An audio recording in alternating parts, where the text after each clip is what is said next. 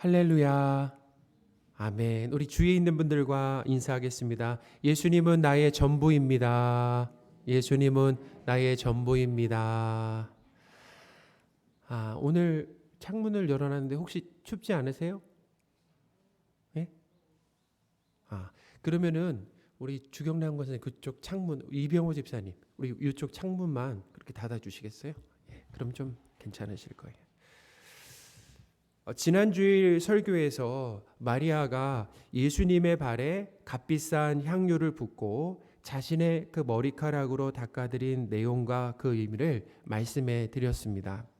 마리아가 예수님 발에 향유를 부어드리고 자신의 머리카락으로 예수님의 발을 닦아드린 것은 예수님을 하나님의 아들과 주인으로 고백한 것이다 라고 말씀을 드렸어요. 그래서 그 예수님 앞에 자신의 그 모든 소유를 내어놓고 자신까지도 내어놓는 거죠. 자신까지도 예수님께 드려서 하나님이신 예수님을 높이는 예배를 드린 것이다 라고 이렇게 말씀을 드렸습니다. 이런 마리아의 이 모습은 변화될 바로 성도의 모습입니다. 그러니까 우리의 모습이라는 거예요.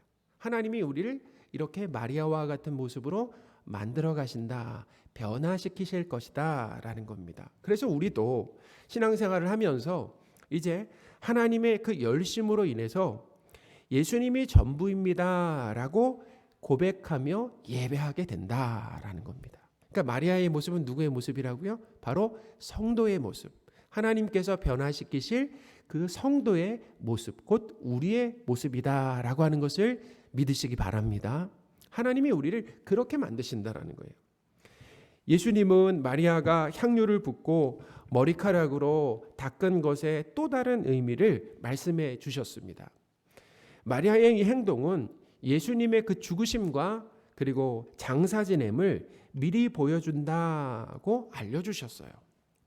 그러니까 예수님은 유월절에 예루살렘에서 이 죽으심을 미리 알고 계셨다라는 거죠. 이제 예루살렘에서 어떤 일이 일어날 것인가라고 하는 것을 이미 뭐예요? 알고 계셨다라는 거예요.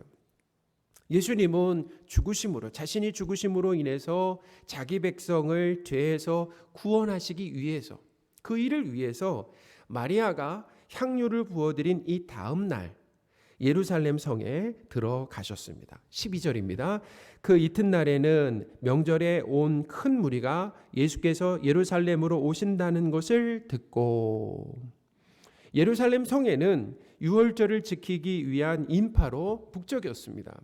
그들은 예수님이 예루살렘에 오신다라고 하는 소문을 들었어요. 그리고 약속이라도 한 듯이 종려나무 가지를 가지고 예수님을 맞으며 환영하면서 호산나를 외쳤습니다. 13절입니다. 종려나무 가지를 가지고 맞으러 나가 외치되 호산나 찬송하리로다. 주의 이름으로 오시는 이 곧 이스라엘의 왕이시여 하더라.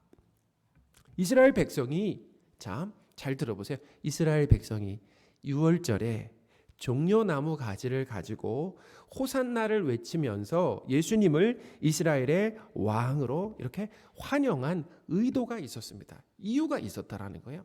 자, 이스라엘 백성이 언제요? 유월절에. 그리고 뭘 가지고요? 종려나무 가지를 가지고. 그리고 뭐라고 외쳤다고요? 호산나라고 외치면서 예수님을 이스라엘의 왕으로 환영한 의도, 이유가 있었다라는 거예요. 그것은 예수님께 뭘 기대한 겁니까? 예수님께 이 로마의 압제로부터 정치적인 독립을 기대한 것이다 라는 거예요. 그러니까 현실의 문제 해결을 구한 것이죠. 예수님께. 내 현실에 있는 그 어려움, 그 어려움을 예수님을 통해 어떻게 해요? 해결하려고 했다라는 거예요. 종려나무 가지를 들고 예수님을 맞이했다라고 하는 것에서 그 의도를 추측할 수 있다라는 거예요. 이스라엘 역사 가운데 유대인들이 이 종려나무 가지를 열렬하게 흔들었던 때가 있었습니다. 그때가 언제냐면 BC 175년쯤에 유다가 헬라의 이 제국에서 나눠진, 헬라 제국이 4개로 이렇게 나눠지게 됐어요. 그 중에 하나가 이 셀루쿠스 왕조입니다. 이 왕조의 지배를 받을 때 그 왕이 안티오코스 4세였어요. 안티오코스 이 4세가 유다를 탄압했습니다. 또 어떻게 탄압을 했냐면 예루살렘을 약탈했습니다. 거기다가 이 유대인들이 중요하게 생각하는 할례와 성전 제사를 금지시켰다라는 거예요. 그것뿐만 아니라 성전 안에 이 제우스 신상을 세우고 신상과 제단을 세우고 이스라엘 백성이 아주 부정하게 여기는 돼지를 제물로 드렸다라는 거예요. 이런 상황에서 BC 165년에 167년경에 유대인의 이 저항 운동이 일어났습니다. 유대인들이 이제 저항하게 된 거죠. 그러니까 신앙의 이 순수성을 지키기 위해서 순교를 각오한 투쟁이었다라는 거예요. 이 저항 운동의 중심에 섰던 사람이 바로 이 하스몬 가문의 이 유다 마카비라는 사람입니다. 유다 마카비라는 사람이에요. 그래서 이 마카비 혁명군은 수적으로나 아니면 무기에서나 여러모로 이런 열세였지만 3년 만에 극적으로 예루살렘을 장악하는데 성공을 했다라는 거예요. 그래서 유다 마카비는 성전에 이 세워진 이 제우스 신상 그리고 제단을 어떻게 했습니까? 제거하면서 성전을 정화하고 그리고 성전을 봉헌하며 다시 하나님께 봉헌하면서 성전 제사를 회복시켰다라는 거죠. 이것이 바로 뭐냐면 요한복음 10장에 나오는 그 절기가 있습니다. 성경의 그 수전절이라고 하는 절기에 이게 기원이라는 거예요. 이렇게 예루살렘에서 셀루쿠스 왕조를 몰아내고 독립을 맞이했을 때 사람들은 이 수전절에 종려나무 가지를 흔들었다라는 거예요. 이 종려나무 가지를 흔들면서 하나님을 찬양했다라는 거예요. 그러니까 이 종려나무 가지로 예수님을 이렇게 환영한 것은 예수님을 누구라고 생각했냐면 제2의 누구라고 생각한 거예요. 제2의 유다 마카비다라고 이렇게 여겼다라는 겁니다. 그러니까 로마의 이 식민지일 때 예수님을 왕으로 모셔서 로마로부터 정치적인 이 독립을 꿈꾸고 기대한 것이다라는 거예요. 이스라엘 사람들이 예수님을 향해 호산나라고 외쳤던 것도 그 뜻이 뭐냐면 이제 구원하소서입니다. 이제 구원하소서라는 거예요.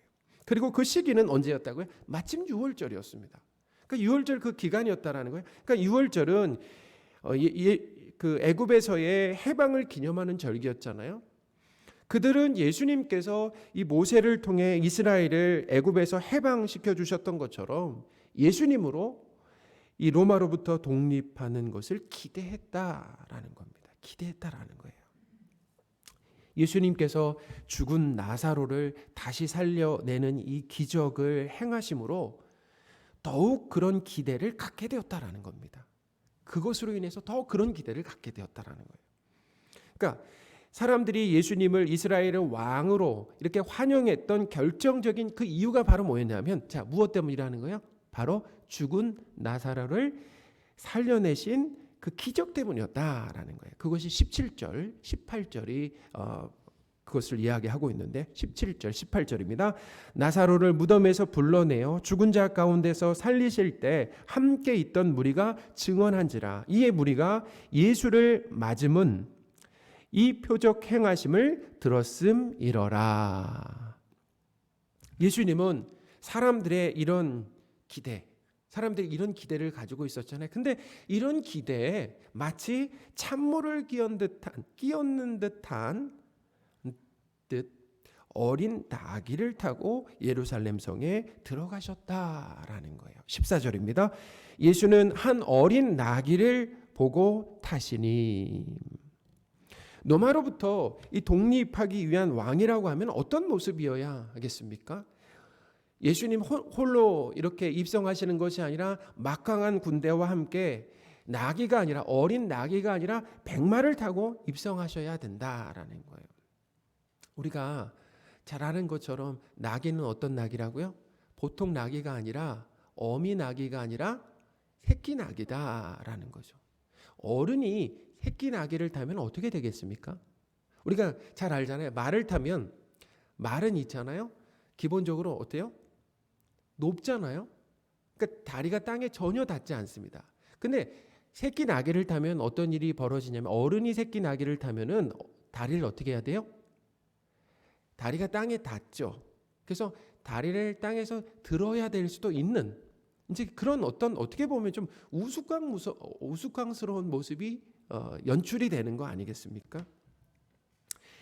힘을 가진 왕처럼 보이지 않는다라는 왕이라고 하는데 힘을 가진 왕처럼 보이지 않는다라는 거예요.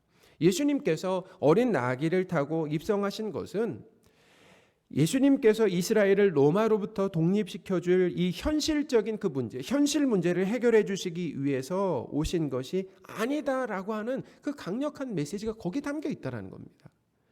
예수님께서 어린 나귀를 타신 것은 갑자기 급하게 결정한 것이 아니었다라는 거예요. 우리가 잘 아는 것처럼 메시아이신 예수님이 나귀를 타고 입성하시는 것은 구약 성경에 이미 예언되었다라는 거예요. 오래전에 예언되었다는 거예요. 스가랴 9장 9절입니다. 시온에 따라 크게 기뻐할지어다. 예루살렘에 따라 즐거이 부를지어다. 보라, 내 왕이 내게 임하시나니 그는 공의로우시며 구원을 베푸시며 겸손하여서 나귀를 타시나니 나귀의 작은 것 곧 나귀 새끼니라. 아멘.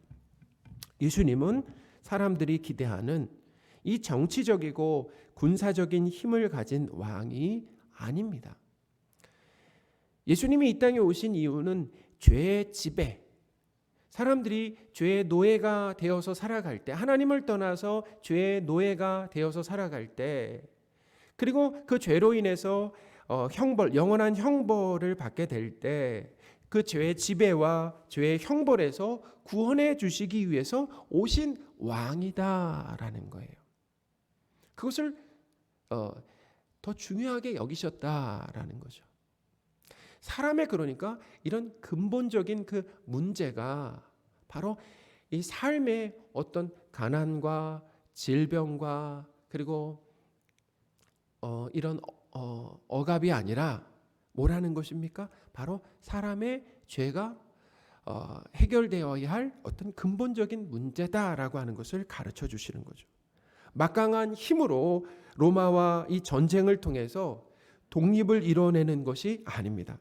오히려 예수님은 어떻게 하셨습니까? 나귀를 타고 오셔서 오히려 로마의 힘에 의해 어떻게 되셨어요? 십자가에서 죽으셨다라는 거예요.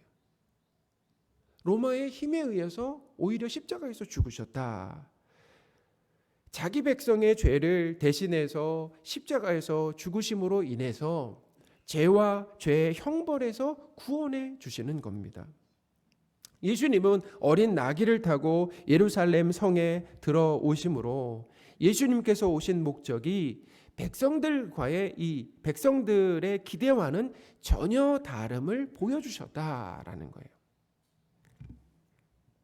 오병이어를 경험한 사람들이 어떻게 반응을 했습니까? 오늘 비슷한 장면 아니겠어요? 이전에 있었던 장면. 오병이어를 경험했을 때도 사람들은 예수님을 어떻게 하려고 했다고요? 억지로 임금 삼으려고 했다. 왕 삼으려고 했을 때도 예수님은 홀로 산에 가심으로 그들의 요구를 어떻게 하신 겁니까? 거절하셨다라는 거죠. 요한복음 6장 15절입니다. 그러므로 예수께서 그들이 와서 자기를 억지로 붙들어 임금으로 삼으려는 줄 아시고 다시 혼자 산으로 떠나 가시니라. 예수님께서 자신을 왕으로 세우려고 하는 이 사람들을 뒤로 하고 홀로 산으로 가신 것은 사람들이 잘못된 기대를 일깨워 주시기 위함이었다라는 거예요.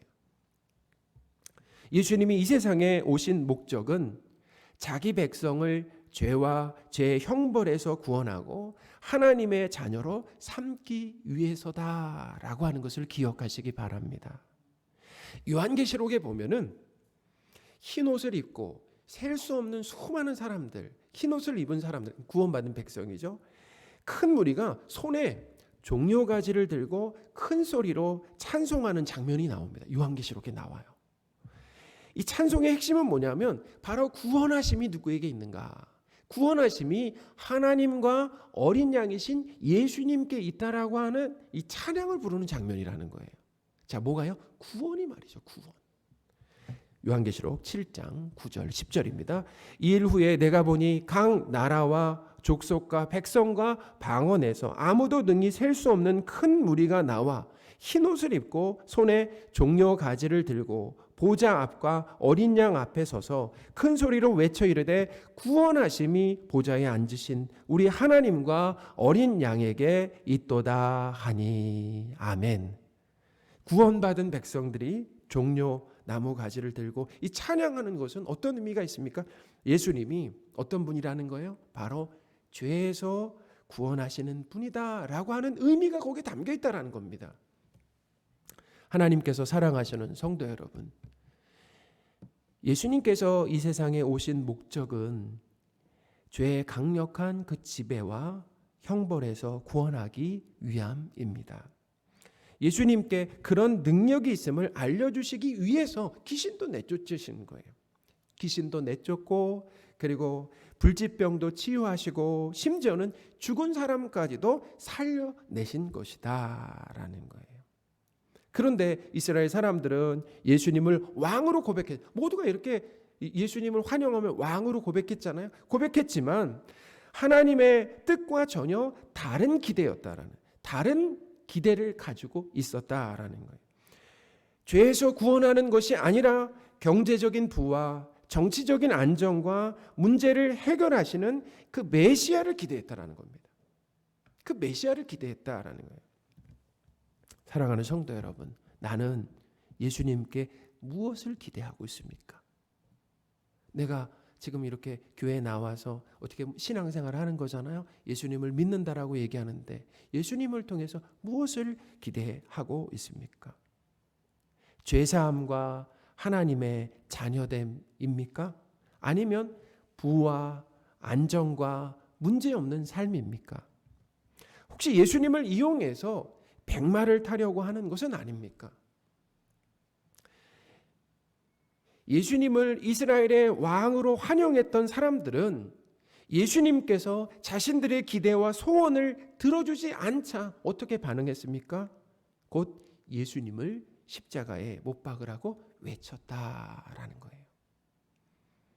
이런 모습은 오늘날 어떤 모습으로 나타나냐면 예수님을 믿는다라고 하지만 내 기대와 소원이 이루어지지 않으면 이렇게 신앙생활을 열심히 하는데 어떻게 보면 또 정성을 쏟아 기도하는데 헌신하는데도 불구하고 내 기대와 소원이 이루어지지 않으면 그때 하나님을 원망하고 또 하나님을 어떤 경우는 하나님을 욕하기도 하고 교회를 떠나는 모습과 비슷하다라는 그것이 바로 이스라엘 백성들의 모습과 별반 다른 것이 없다라는 거죠. 예수님을 통해서 백마를 타려고 한다면 반드시 실망하게 될 거다라는 거예요. 기억하시기 바랍니다. 예수님은 우리 민원을 해결해 주시기 위해서 오신 분이 아니다라는 거예요. 죄와 죄의 형벌에서 구원해 주시기 위해서 오신 왕이다라는 거예요. 죄가 무엇입니까? 자기중심성 아니겠습니까? 나만 생각하는 거 아니에요? 나의 몰두된 삶 아니겠습니까? 자기 사랑 아니에요? 자기 중심성과 자기 사랑과 자기 숭배에 빠져 살아가는 우리를 바로 거기서 구원해 주시는 거죠. 그래서 구원하심으로 어디로 이끌어 가시는 겁니까? 하나님을 사랑하게 되고 이웃을 사랑하게 되는 거 아니에요? 그래서 하나님을 예배하는 거 아니에요? 나를 예배하는 것이 아니라 하나님을 예배하죠. 하나님을 사랑하고 예배하는 사람들에게 나타나는 것이 삶으로 나타나는 것이 뭐냐면 바로 하나님의 말씀대로 살아가게 된다는 거예요. 내 생각대로 살아갔던 사람들, 내 생각을 고집했던 사람들이 이제는 그것을 내려놓고 어떻게 해요? 하나님의 말씀대로 살아가는 사람으로 만드시기 위해서 예수님이 이 땅에 오셨다라는 거예요. 여러분 그 삶을 살아갈 때 거기에 기쁨이 있잖아요. 그렇게 하나님을 사랑하고 이웃을 사랑하면서 하나님의 말씀에 순종하면서 살아갈 때 거기에 진정한 기쁨과 삶의 의미가 있잖아요. 우리는 그것을 이 땅에서 문득문득 경험하게 된다는 거예요. 하나님은 그런 성도로 우리를 만드시기 위해서 오신 거예요. 우리의 어떤 삶의 문제를 해결하고 우리의 소원과 기대를 만족시키고 채워주시기 위해서 오신 분이 아니다라는 겁니다. 우리가 당하는 이 땅에서 당하는 시련과 고통은 그러므로 대부분 그것을 통해 하나님을 만나게 된다라는, 시련과 고통을 통해 하나님을 만나고 어떤 경우는 하나님을 더욱 가까이 하게 된다라는 거예요. 또한 고난으로 죄를 깨닫게 됩니다. 고난당할 때 뭐예요? 죄를 깨닫게 되고 우리의 그 연약함을 알게 되는 거죠. 아, 내가 이 고난 가운데 이겨낼 수 없구나. 내가 힘들어하는구나. 두려워하는구나. 불안해하는구나 라고 하는 나의 연약함, 불가능함을 깨닫게 한다라는 거예요. 뭐가요? 바로 우리 삶의 시련과 고통이 말이죠. 인생의 이 결핍과 질병으로 우리의 믿음이 성숙해진다라는 거죠. 우리 삶에 이 결핍과 질병이 생기면 어떤 일이 일어나냐면 그것을 통해서 내 믿음이 진짜인가 진위 여부가 가려진다라는 거예요. 여러분이 코로나를 맞이하면서 우리가 장점이 뭐예요? 이득이 무엇입니까? 내 신앙을 점검해 볼 수 있게 된다라는 거 아니에요? 내 신앙이 진짜인가 성숙한가라고 하는 것, 이 코로나 상황 가운데 알게 된다라는 거예요. 여러분, 우리가 하나님이 우리 삶에 복을 주시기도 하지만 결핍을 허락하실 때, 우리 가난에 처하게 하시거나 질병 가운데 두게 하실 때 그때 우리가 어떤 반응을 보입니까? 그럼에도 하나님을 찬양하고 하나님께 감사하고 그 삶에 하나님으로 인해서 만족합니까? 아니면 불평하고 원망합니까? 아니면 신앙을 내려놓습니까? 바로 그런 우리 삶의 결핍과 어떤 이 문제를 통해서 내 신앙이, 내 이 진위 여부가 드러나게 된다라는. 그러니까 우리 삶에 있는 이 시련이라고 하는 것, 고난이라고 하는 것이 긍정적인 역할을 한다라는, 긍정적인 역할을 한다라는. 그러니 우리에게 이 시련과 고통은 반드시 필요하다라는. 그래서 하나님은 시련과 고통을 일부러 우리에게 주신다라는 거예요. 근데 우리는 그것을 어떻게 해요? 그 없는 삶을 하나님 앞에 구한다라고 한다면 우리의 기도가 하나님 앞에 응답되지 않는 거죠. 눈에 보이는 부와 건강, 안정은 진정한 복이 아니다라는. 이것은 일시적이면서 임시적이고 곧 안개와 같이 없어질 것들이다라는 거죠. 만약에 이런 것들이 하나님께서 주시는 진정한 복이라고 한다면, 이것이 하나님이 주시려고 하는 진정한 복이라고 생각해 보세요. 그러면 예수님을 믿는 사람들은 모두가 부자가 돼요. 목사가 제일 먼저 부자가 돼야 돼요. 그리고 건강해야 됩니다. 하나도 아프지 말아야 돼요. 성도들은 사고도 문제 없는 삶을 살겠죠. 그러나 하나님은 우리 인생의 결핍과 질병과 문제를 우리에게 허락하신다라는. 그래서 우리의 연약함과 죄성과 무지와 무능력을 드러내십니다. 하나님의 은혜가 필요함을 깨닫게 하신다라는. 그리고 하나님이 하나님만이 진정한 우리의 힘과 기쁨이 된다라고 하는 것을 믿고 경험하게 하신다라는 겁니다. 진정한 복이 하나님의 자녀로 영생하는 것임을 하나님이 깨닫게 하시는 거죠. 그러니 우리에게 반드시 필요한 구원이라고 한다면 그것은 죄와 죄의 형벌에서 구원받고 하나님의 자녀가 되는 것입니다. 하나님께서 사랑하시는 성도 여러분, 우리는 예수님을 향해 호산나를 외쳐야 합니다. 어떤 의미에서 호산나를 외쳐야 합니까? 예수님만이 우리를 죄와 그 형벌에서 구원하실 수 있는 유일한 분입니다 라고 외치는 거, 호산나를 외치는 거예요. 예수님만이 우리를 하나님의 자녀가 되게 하실 수 있습니다. 호산나를 외치는 겁니다. 또한 하나님의 자녀로 살아갈 때 우리는 예수님을 향해 호산나를 외쳐야 된다는, 성도들도 예수님을 향해서 매 순간 호산나를 외쳐야 된다는, 이제 구원하소서, 이제 구원하소서라는 거예요. 성도로 살아갈 때 여전히 죄의 유혹이 있습니다. 그 유혹을 이길 힘이, 그 능력이 우리에게는 없다라는 거예요. 그래서 자주 어떻게 해요? 나 자신을 과신하다가 죄에 넘어지는, 죄에 빠지게 되는 우리의 모습을 발견하게 되는 거죠. 예수님만이 죄의 유혹에서 우리를 구원하실 수 있음을 믿으시기 바랍니다. 사도 바울도 선을 행하기 원하는 자신에게 악이 함께 있고 악이 자신을 사로잡는다라고 고백했어요. 로마서 7장 21절에서 24절입니다. 그러므로 내가 한 법을 깨달았노니 곧 선을 행하기 원하는 나에게 악이 함께 있는 것이로다. 내 속사람으로는 하나님의 법을 즐거워하되 내 지체 속에서 한 다른 법이 내 마음의 법과 싸워 내 지체 속에 있는 죄의 법으로 나를 사로잡는 것을 보는도다. 오호라, 나는 공고한 사람이로다. 이 사망의 몸에서 누가 나를 건져내랴. 아멘.